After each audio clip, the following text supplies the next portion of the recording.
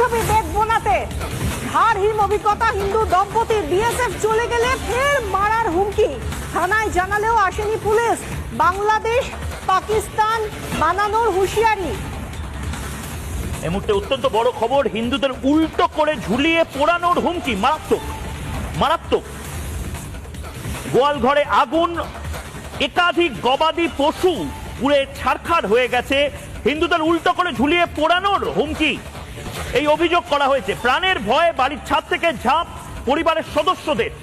এই হাড় হিম করা যে বিবরণ, সেই বিবরণ দিয়েছে বাংলার কিছু হিন্দু, বাংলার বাসিন্দারা যারা আজ নিজ ভূমে পরবাসী, যারা এই মুহূর্তে রিফিউজি ক্যাম্পে রয়েছে। সেই ছবি এই মুহূর্তে রিপাবলিক বাংলায় আপনারা দেখতে পাচ্ছেন। এই ছবি প্যালেস্টাইনের নয়, এই ছবি পূর্ববঙ্গের নয়, 1946-47-এর নয়, এই ছবি 2025-এ মুর্শিদাবাদ জেলা। বাংলাদেশের মতন করে উল্টা করে পা করে টানবো দিয়া পুরাবো। এটাকে তারা বাংলাদেশ বানাতে চায়, বাংলাদেশ বানাতে চায়।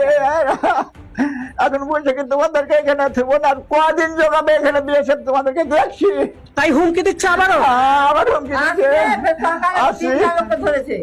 কদিন তোমাদেরকে জোগাবে এখানে, তোমাদেরকে এই গ্রাম থেকে ছায়া করবো, গ্রামে ছিল।